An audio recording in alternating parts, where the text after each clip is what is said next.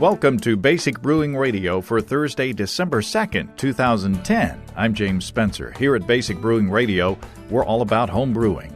With this week, we age beers badly, so you don't have to. We evaluate the results of the Brew Your Own magazine Basic Brewing Radio experiment on aging homebrew under different temperatures. Will they go bad? And if so, how bad will they go? Stay tuned. If you're new to home brewing and would like to get into the hobby for the first time, check out our website, basicbrewing.com, where you can find archives of our audio and video podcasts and our DVDs to walk you through basic and more advanced brewing techniques. On Twitter, you can find me at Basic Brewing, all one word. On Facebook, I'm at facebook.com/basicbrewing.james, and our show page on Facebook is on facebook.com/basicbrewing. Thanks again to everybody clicking on the Amazon.com associate link on our basicbrewing.com site. Whenever you think of Amazon, especially during this holiday season, think of us and click on our associate link first. It won't cost you any extra, and you'll be helping us to bring you this show, and we appreciate your support greatly. We also have associate links for Brew Your Own magazine and the American Homebrewers Association on our site, too. And you can find our app in the iPhone App Store, or on the iTunes Store, I guess. And I've been told that there's an Android app in the works, so I don't know how long that will take, but stay tuned for that. And we're also on the BlackBerry podcast directory now, too. Christmas is drawing ever closer, and the Brewers logbooks and our DVDs are heading out the door. It's always fun to see the demographics change on the names of our customers going through our online store. More women show up this time of year. You know, I'm hoping that it's more women getting into brewing, but I'm afraid it's just Santa coming through. Our extract brewing and partial mashing DVDs are heading out the door too, and I don't know if I've told you much about this one. So let me clue you in. Let me let you know what it's got. It's got a nonlinear navigation, similar to our all grain DVD. So you go through sections on equipment and sanitization. And then you get a choice. You get a menu. You get a choice between brewing with steeping grains or doing a partial mash using the brew-in-a-bag technique. And then it goes back into a unified section for the boil, chilling, and fermentation. And after that, you get another choice. You get a choice between bottling or kegging. So we've really packed this thing full of good information. We've really pulled out the stops. You get bonus sections on growing hops, making starters, and measuring and calculating gravity. We get into gravity points a bit. It's almost 2.5 hours worth of stuff. In fact, I was a little nervous because it's about 3 minutes shy of a double disc set. So we really, like I say, we really pulled out the stops for the project, updating our Introduction to Extract Home Brewing DVD with a lot of the material that we've learned over the past more than 5 years. So check it out. It makes a great gift for friends who you want to get into home brewing.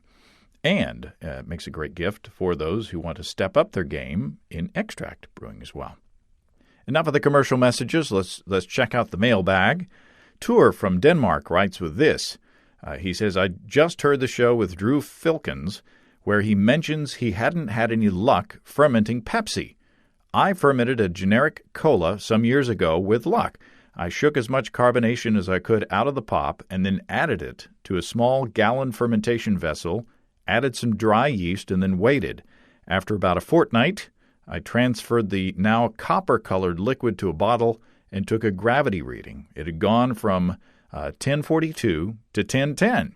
It tasted of cola mixed with just a tad too much water. Yum. So generic cola can ferment. Thanks, Tour. Interesting. Not necessarily tasty sounding, it sounds like, but interesting. Speaking of Drew Filkins, I got this update from him. He says, on the podcast, we talked about the chart and how I plan to use that for carbonating my hard cider. I wanted to let you know that it worked perfectly. I used 1/5 of a gallon to prime 5 gallons of cider. Drew says it's perfectly carbonated. Tastes amazing. And P.S. Drew says, I did add some cinnamon sticks to the primary. Added a nice little kick to the cider. Now that sounds tasty.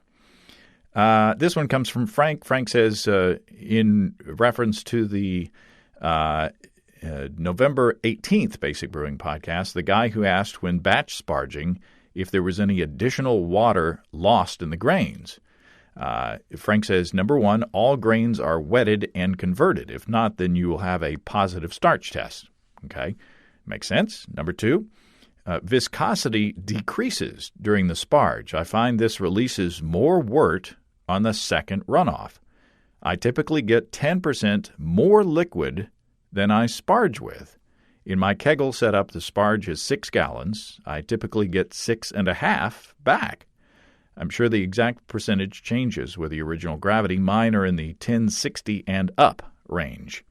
Also very interesting. I appreciate the note, Frank, and I'm gonna pay more attention to my sparge volumes in batch sparging. But I'm not seeing that. When I'm doing a batch sparge, I drain out the first runnings, and then I shut the valve, and then I add to the mash tun the amount of volume that I'm needing to bring my kettle up to the pre-boil volume. And I I think that I get the amount of wort out that I put in for that second sparge. Or first sparge, actually. But I don't know. Maybe I'm not paying attention. What do you guys think? Do you batch spargers see a similar result that Frank's seeing? Let me know. Like I said, I'm going to pay more attention to see if I see the same thing. Very interesting. I love to hear diverging opinions. I have an opportunity this week, I hope, to test that out, because I'm going to brew my beers for the current Brew Your Own, Basic Brewing Radio experiment, comparing homebrew, mashing, and lautering techniques. And I'm planning to do, as I've said before in the show, I'm going to do a brew-in-a-bag batch and then a batch sparging batch. I'm really looking forward to that. I've heard from some of you guys who are participating. I can't wait to hear your results as well. For more details on the experiment, check out Chris Colby's blog on Brew Your Own, or BYO.com, Brew Your Own magazine's site. The deadline is January 8th, so you got plenty of time, unless you procrastinate. So get those in the mash tun. And it could be that you'll have time to do more than 2 methods in that time. Speaking of experiments, let's move on to the one that's the topic of this week's show. If you'll remember, at the beginning of summer, we asked you to put bottles of beer in the attic, in the basement, and in the fridge, and taste them periodically to see how they fare in those different conditions over the summer. Our plan was to do 3 tastings, but we only did 2. However, as you'll hear, we were able to detect some changes over time with just those 2 tastings. And we get to hear from some of you who played along at home and sent us your results. So I appreciate that very much. This is an interesting episode, not only for the content, but for the fact that a thunderstorm rolled through while we were recording and pelted us, not with rocks and garbage, but with hail. And I mentioned this on Facebook, and I got a request on Facebook that to leave all that the stormy sound in. So I did. So here we are, risking our lives for the sake of better beer. Well, everybody, welcome to the Basic Brewing Radio studios and Studio B for Bastrop down in near Austin, Texas. We welcome Steve Wilkes. Hi, James and Chris. It's good to see you again, even if it's on a computer screen. Andy Sparks. Great to be here. Alex Roberts. Thanks for having me, James. And Chris Colby. Hello. We are here to talk about mistreating beers on purpose. That's right. And I'm sorry, I worked at a liquor store for a few years, and we did that all the time. and you can testify about that later on. That's right. Which is one reason why this may be, a sort of germane experiment to real life, because beers do get mistreated. On loading docks and on the floors of warehouses and even on the shelves of liquor stores and beer stores, beer sometimes is not treated well. And we're wanting to get together to test the effects when beer is really not treated well. So, Chris, kind of remind us of what the experiment is. Refresh us on the parameters of the experiment. Right. Well, we decided to do an experiment to test the effects of different storage conditions on beer. And our basic idea was to store, to take a few bottles of the same kind of beer and store them under different conditions and then taste them all side by side at the same time. And so we decided that, the optimal condition would be to store beers in the refrigerator. Not quite optimal, but, an option that probably a lot of people do, especially if your home brewer's got a lot of bottled beer on hand. Maybe you keep some in a cellar or basement or just somewhere that's cool, but not quite refrigerator cold. And then we also said, for contrast, what if you stored the beer just in, one of the worst possible places you could? If you put it up in a hot attic or on a shed out in your backyard during the summer or something like that. So we had, the same beer stored under a variety of different conditions. And you guys did a tasting just a while back. And then now we're all going to taste the same beer again with a little more time aging under the various conditions. And we also have submissions from listeners and readers out there as well. Woo-hoo. So let's go back to to the month of July.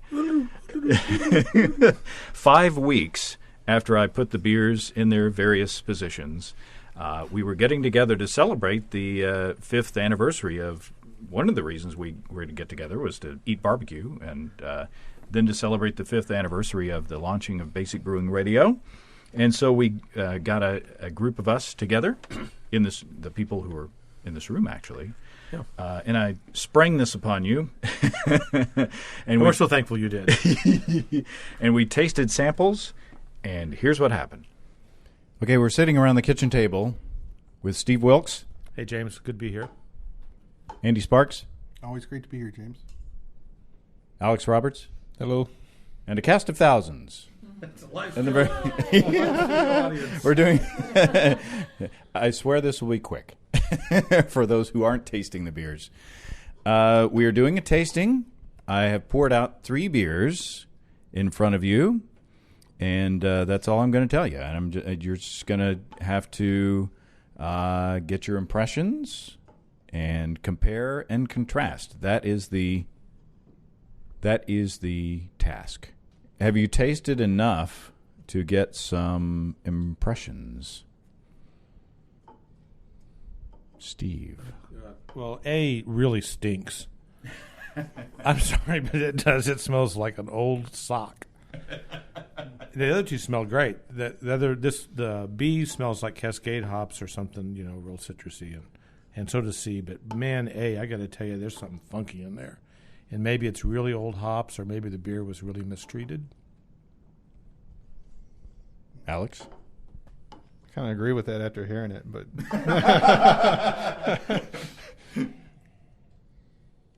I did taste it. It's got kind of a nutty flavor to it, but not real hoppy, but the hoppiness is there. But yeah, the aroma is a little off.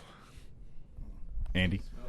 Well, out of the 3, it had the most kind of English ale hop character to me, more of a musty aroma than the kind of bright citrusy California West Coast kind of style hops.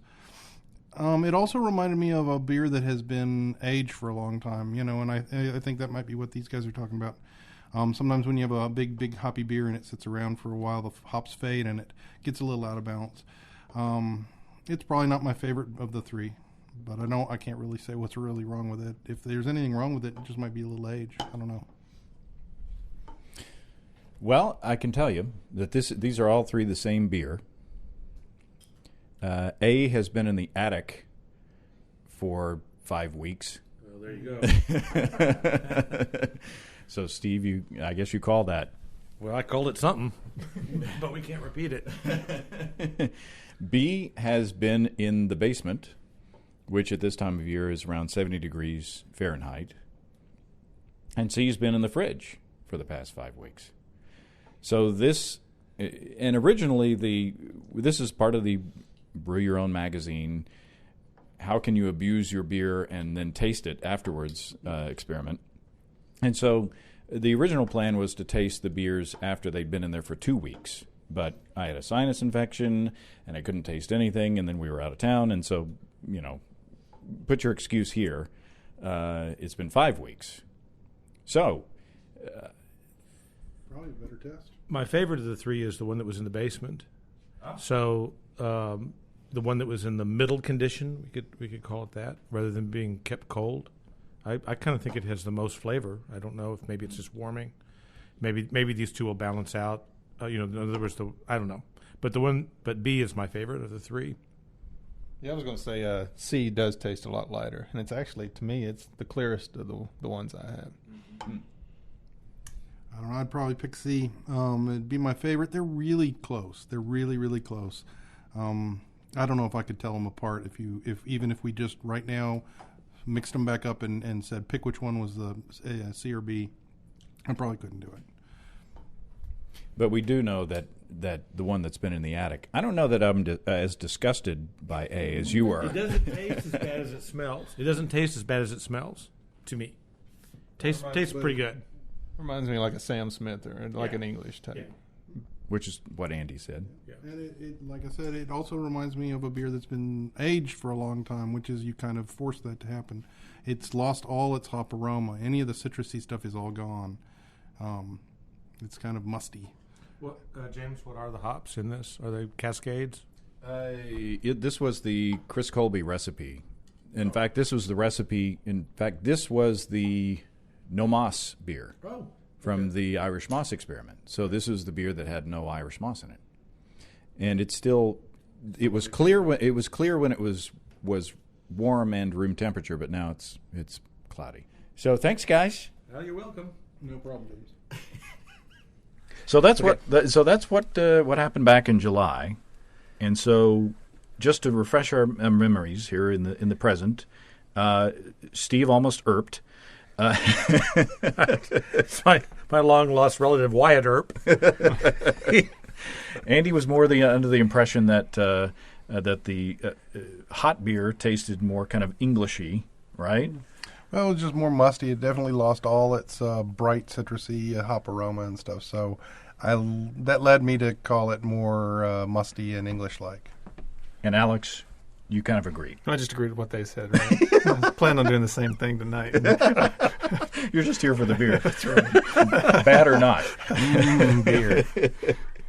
So what we're going to do, I actually have 4 bottles, and I sent Chris 3. I sent you one that was in the fridge for the entire summer, one that was in my basement for the entire summer, and my basement tops out at about maybe 70 degrees Fahrenheit, and then one that was in the attic for the entire summer, and I try not to go up there, but I put a thermometer up there, and it topped out at like 120 degrees Fahrenheit. So right. Pretty darn hot. And one twist that I did was I have one beer that I took out of the basement and I put in the attic for a 24-hour period. So Yeah. we have a little twist on that there. So where do we want to start? We also have the added twist that when you sent these beers to me, we have no idea what the conditions they underwent for the 2 or 3 days in transit are. That's true. They could have been abused. They could have been abused in the UPS truck. Because Could have. It's still warm down there, is it not? Fairly warm, not super hot. So maybe not 120 degrees in the truck, but still. You should be able to see a contrast there. So which one should we start with? The one that's been in the fridge the whole time? I'm tempted to get the delicious ones out of the way first, and I'm being sarcastic. Well, I'm going to go grab my beers from the fridge and be back in a second. okay, and we'll pour. We have a storm moving in. But we don't know which is which. Has some Yes, we do. dark We do. gunk on the bottom of it. Does it? Yes, it does. We could get a storm. Yeah, let's hope we don't. Now, this is number 4, right? Yes. Got to make sure. Hey, wait. How did Alex not get any 3? I don't know. This is number 3. That's number 3. Maybe he knew better. That's all right. As long as Andy tastes it, I don't know what to say. 1, 2, 3, 4. I mixed mine up. You made a cocktail. The shell game thing. I wasn't supposed to blend. I thought this was a blending exercise. Okay. Chris, are you back? This will be fun. Okay, what's going on? Well, we've we're poured. done. Yeah, we're. Yeah, we'll talk to you next time, Chris. No. Bye. No, actually, we've poured all 4 of our samples, Okay. and it's kind of hard to tell the difference in appearance between them because some of us got the first of the bottle and some of us got the last of the bottle. So Right. I'm not sure. You may have to judge more on appearance. The heads looked pretty similar, but as far as color and clarity, you may have to be the judge down there. Yeah, from what I see, I've got it poured in 3 different pint glasses. Not exactly the same level in each, but I can't really see a difference in color and clarity. Okay. I mean, certainly not one that I would want to, say anything about. And Excuse me. there's an approaching thunderstorm. Either that or, gastric disturbance here. Said all wheat. So, shall we try number 1? Yes. What's our numbers now? Now, number 1 is the fridge, Fridge. and then our number 2 will be the cellar, and then our number 3 will be the in-between, and then number 4 will be the attic. Okay. Very aromatic. Quite tasty. Nice little citrusy notes. That's still a good beer. Yeah. Hoppy. Good job, Hoppy. Chris. Yeah. Now that was a recipe for the. What was it? That was the one before the Irish Moss experiment, right? That was the IPA. That was the one that we did for the partial boil experiment. Right. Different extract methods for and their effect on hopping. It had a gob of hops in it, but the hops are still nice and bright and fresh. Yes. Very nice. Very nice. Pardon the storm. And then, shall we? Number 1's really good. Yeah, that's a tasty It is beer. delicious. Yeah. And that's the one with no Irish moss, by the way. That's the Roberto Duran beer. No mas. No moss. Almost. So we tried this one the first time? Because I don't remember one being this hoppy. Yeah, that was the beer that we had that day. That I would fateful think day. the hops back in would have July. faded by now, if anything. But Well, that was the one that They're was really good. that was in the fridge. Mm-hmm. Okay. This is the one that was in the basement? Basement, yes. Yes. The So basement. this is beer. sort of the room temperature beer. Yes. Number 2. Number 2. I'd definitely say got this a one, different aroma. yeah, Some this one little seems sweetness more to like the it's aroma. getting old to me than Yeah. the first one that was in the refrigerator. Yep. I would say definitely so. The aroma's a little bit off, and there's something Yep. about the flavor that's a little more. Yeah, Kind of flabby. Yeah, the flavor is kind of more dull. Yeah. Yeah. Yeah. And the bitterness seems to be kind of a little more harsh and unbalanced than And real late. Yeah, right. And more kind of sort of the English hop that you were describing in July, maybe? yeah, maybe. More kind of an earthy, less citrusy kind of a thing? I still have some of the first. that citrus edge is just gone. When you contrast them side by side, it's night and day. I wish I could. I'd like to have more number 1. You drank yours was too good. fast.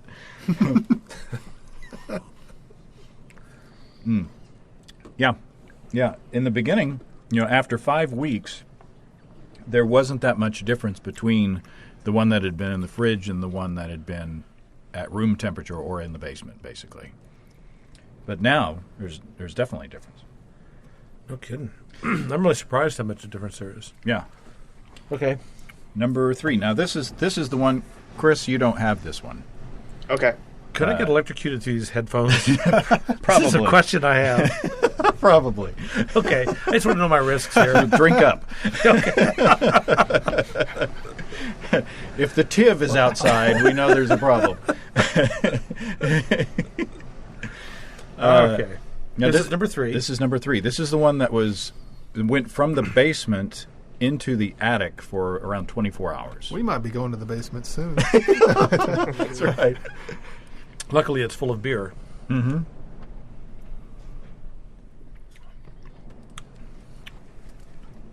Is there much difference? Well, it's pretty much like number 2. Yeah. And I say that reluctantly. And when did you do this? When did you do this? Take that how you will, right?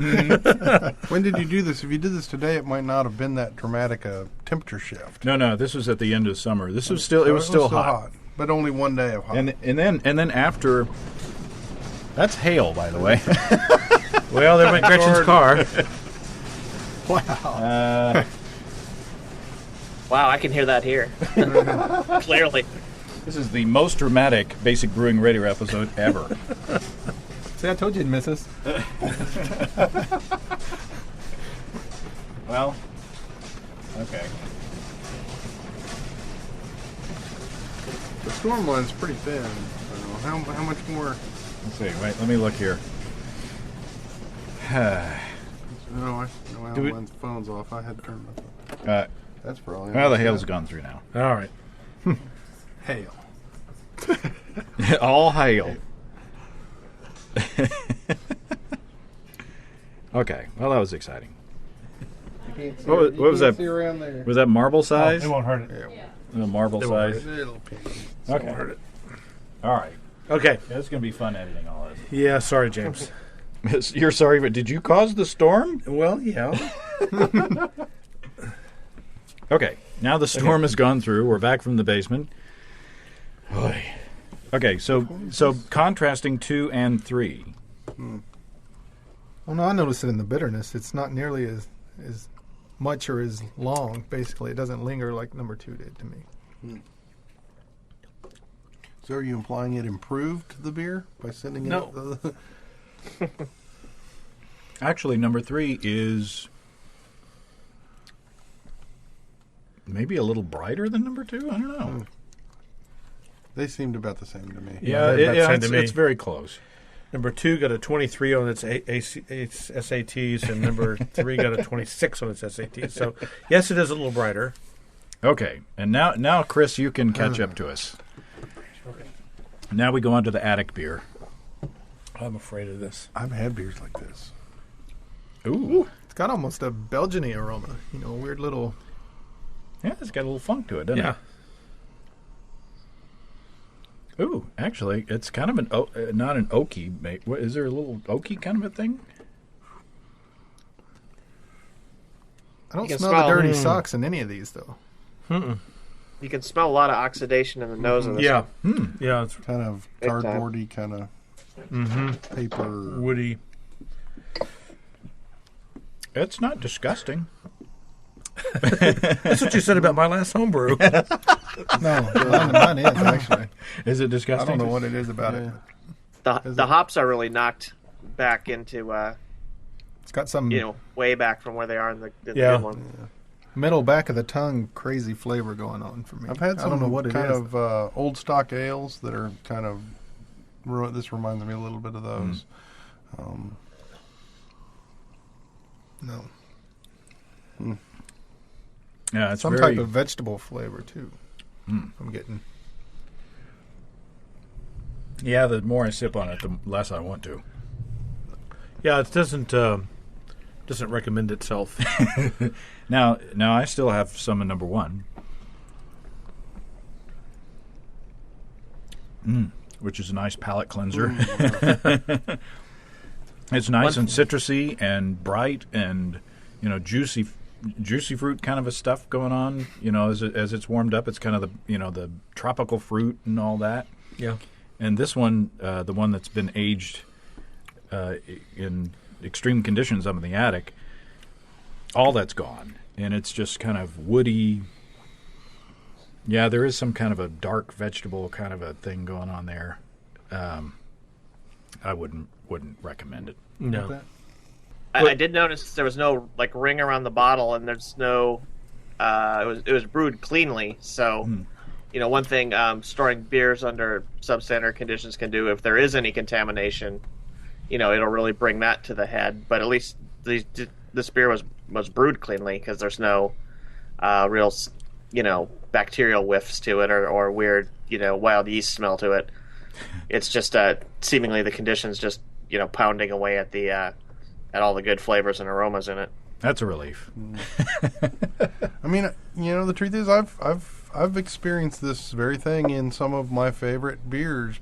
Where, my favorite beers tend to be hoppy IPAs, and I've had 6-packs where they have much more of this character than what I like, which is the bright hoppy character. And it's kind of hit or miss sometimes. You just don't know.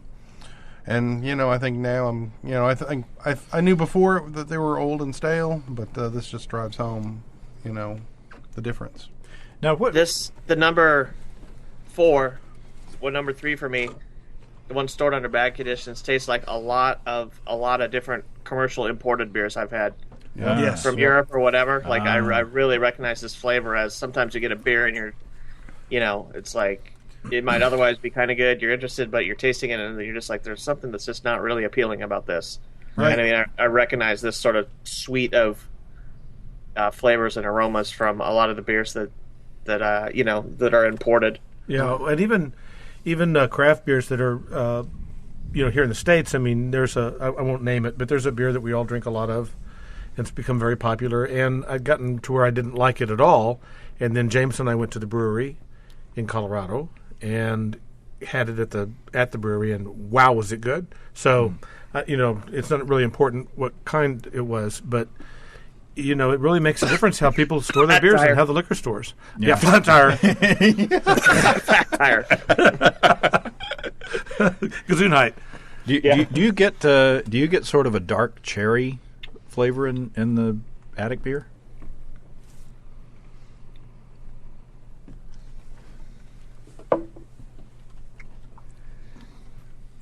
The question is, who cares? I mean, Well, but almost. I now that you said that, I think I can see what you're saying. There's a little bit of a fruity, not in a good way though, really. Yeah, and see a lot. Like for instance, with Sierra Nevada Bigfoot, it's a big honkin' hoppy barley wine, and I really enjoy it fresh. And I've got a few from the past few years in the basement, which I guess I should have them in the fridge. But as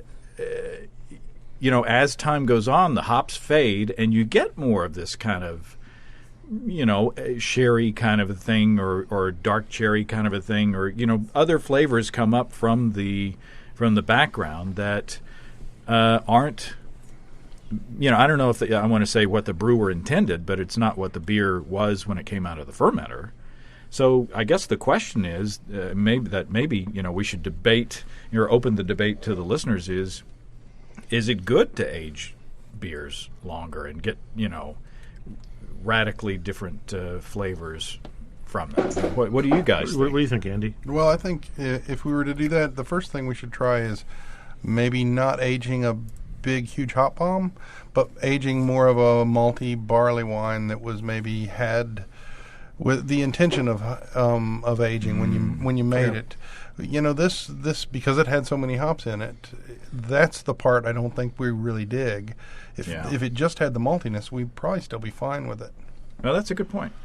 Yeah, we've got some of the barley wines, the small batch barley wines that I did a couple, even 3 years ago, maybe. Yeah. So this Christmas we'll taste those and see if we are getting a more positive impression of those beers. But I really agree with you, Andy. The whole point of these big IPAs is the hops, and if you kill the hops, then there's nothing left. Yeah. So let's get some impressions of from other brewers who have done the same experiment. Ernie Minetti from West Berkshire, Vermont, took an Irish Red, an extract beer that was brewed with a Y-yeast, London yeast, 6% alcohol by volume. He aged his beer for 8 months in a 200-year-old farmhouse stone cellar at 50 to 60 degrees Fahrenheit and in a fridge at 40 degrees Fahrenheit. So Not a lot of temperature variation there. Aged it for 8 months, like I say.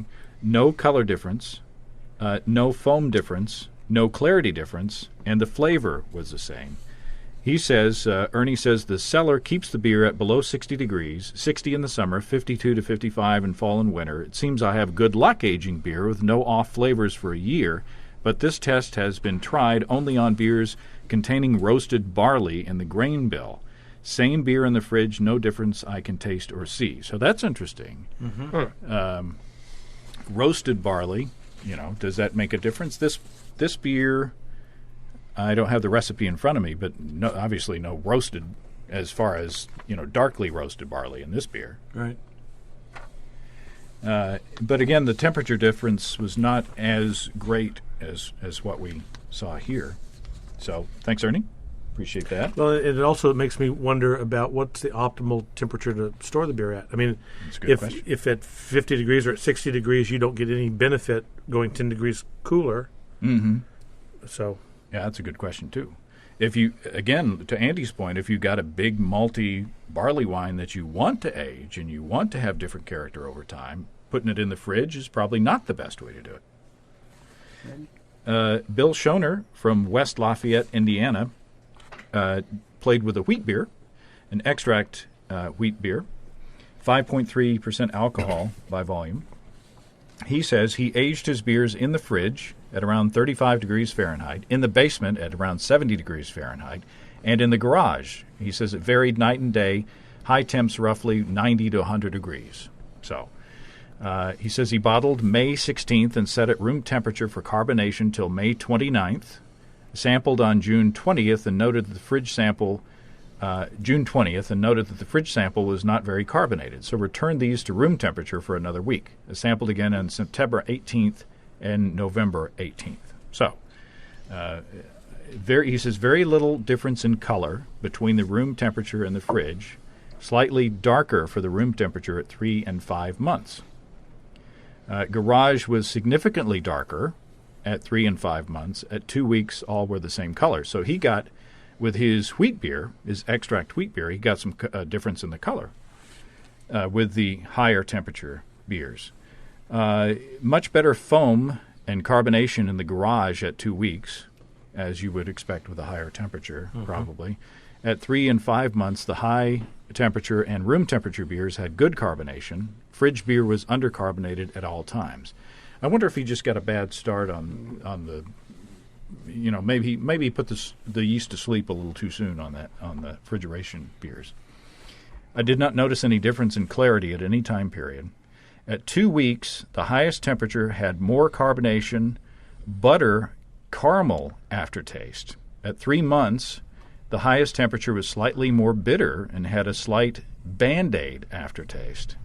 Room temperature and fridge were fruity. At 5 months, the high temperature had a Band-Aid aftertaste and slightly vinegary smell, not noticed in taste. Room temperature had a very slight Band-Aid aftertaste, and fridge was still undercarbonated but fruity. So, Chris, that may be to your point that the higher temperature magnifies defects in the beer. Mm-hmm. Yeah, that sounds like that's probably what's going on. So there might have been a little bit of an infection in the beer, and the one in the fridge didn't get a chance to take hold as much as the others. I don't know. Bill says, my preference was for the beer stored at room temperature. The fridge beer changed the least, and I think if I would have stored all samples at room temperature for about a month, then stored in the fridge, I would have preferred the lower temperature. The lack of carbonation in the fridge beer really detracted from its potential at all time points. After sampling, I would blend the room temperature and fridge beer to obtain the optimal drinkability. While the high temperature beer was undesirable, it was still drinkable throughout the experimental period. With good sanitization, storage at room temperature is okay for the 5 months tested. So, I think his results are consistent with what we were talking about earlier. As far as Andy said, it kind of depends on the style and what you want to change about the beer as far as the storage is concerned. That's a good point. His being a wheat beer is probably not overly hoppy. And so that's another side of the coin, so to speak. Zot O'Connor from Seattle, Washington, did a pale ale Imagine that, a pale ale in Seattle. I can imagine. It was an extract beer, 5.6% alcohol by volume. He aged his beers in the cellar at 62 degrees Fahrenheit, the beer fridge at 40 degrees Fahrenheit, and the hot beers were on the refrigerator coils at 90 degrees Fahrenheit. Cooking. Yeah. How long did the beer age? The first tasting was at 6 weeks, the second tasting at 24 weeks, and he says the third tasting, perhaps unsuspecting house guests during the holidays. He said, okay, he didn't see any differences in the color. I asked what differences, if any, in the foam did you see? The first tasting,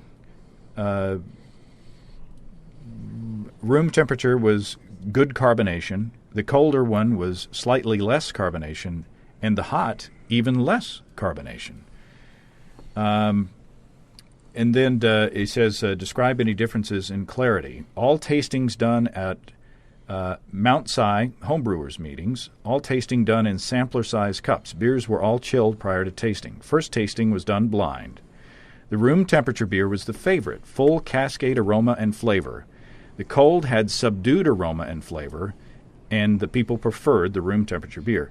The hot was very estery. The group was able to guess the hot right out. The mobile, similar to room. Oh, I guess he did a mobile one in that he moved one back and forth. And so the mobile one was similar to the room temperature beer. The second tasting was not blind. He said the room temperature beer was still the same. The aroma was strong, no off flavors. The cold, much less aroma, but now the beer tasted more rounded and was smoother than the room temperature beer. Group preference was not as black and white. It was like slightly different styles, with the room being edgier and more flavored, the cold being more mature but subdued. Interesting. The hot, he says, yuck. This has definite off flavors. While I was traveling in Vietnam last month, I had a local beer in a very remote place in the north. It had this sort of chalky aftertaste that made it undrinkable for me. When asked why I was drinking it still, I said I wanted to understand this flavor and make sure I never have it in my beers. That's a dedicated homebrewer. Yeah. He says, well, I found it. It makes sense, as the beer I was having was probably left in the heat more than once. He says, the mobile, like the hot, but less so, feels like it's going to the same place, a place we really rather it didn't. He says, conclusions, if I make a hoppy beer, aroma-wise, I will keep it at the room or cellar temperature. Since I do not have cold storage for most of my beer, I will not change much, but given a choice, I might age maltier beers colder to see what happened. Interesting.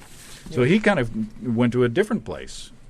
We said... You went to Vietnam. Yeah. Pretty different. Yeah. So thanks, Zod. Yeah. So interesting. He said that they prefer the room temperature beers, the pale ale, whereas we preferred the refrigerator beers. But I guess if there's one conclusion that can be shared across all lines, it's that the hot beers don't fare well. Yeah. So would somebody weigh in here, Andy or maybe Chris, about what really is the optimum way to store your beer? And does it matter what the style is? Well, for me, I tend to refrigerate most of my beers because it's the one place I know is going to be a consistent temperature. It'd be nice if I had a cellar that I could count on to be a nice 65 degrees all the time, but I don't. Inside my house, it ranges from the 60s up into the 80s during the day, in the summer and so forth. So for me, really, the only place where I have a consistent temperature is the refrigerator. So I typically just put everything in there. I'm curious, what temperature is it at? It's pretty cold. It's hovering around 42, 40, 39, 43? Okay. 40. What do you think, Chris? Yeah, if you have the option of storing your beers refrigerated, that's the option that probably anybody would say this is the best. One thing I think is interesting, just looking at the results of this experiment, is that at times there was some disagreement about whether storing it at, in the refrigerator or at a slightly higher temperature was preferable. And from a practical sense, it might make, if you had a lot of beer to store and you were planning to enter a contest, and you were brewing a candidate beer style that might, it might be possible, store your beer under a couple different conditions, not in the attic, but, maybe some in the cellar, some in the fridge, and taste it before you send it off to the contest, Mm-hmm. Maybe aging a little bit warm for a beer at that stage might be better than aging it in the fridge. You never know. Point. I mean, the standard, the standard thing people would tell you, and they're probably right, 90% of the time or more, is age the beer as cold as possible. Once it's conditioned and ready to go, store it cold. But it might be possible that sometimes it's better to store a beer cool rather than cold. And it might be interesting to take like a robust coffee porter or something like that and put it in the attic for a couple weeks during the summertime just to see if it actually, if those kind of aged flavors kind of enhance the style. It's just another variable that you can manipulate in your home brewing, essentially.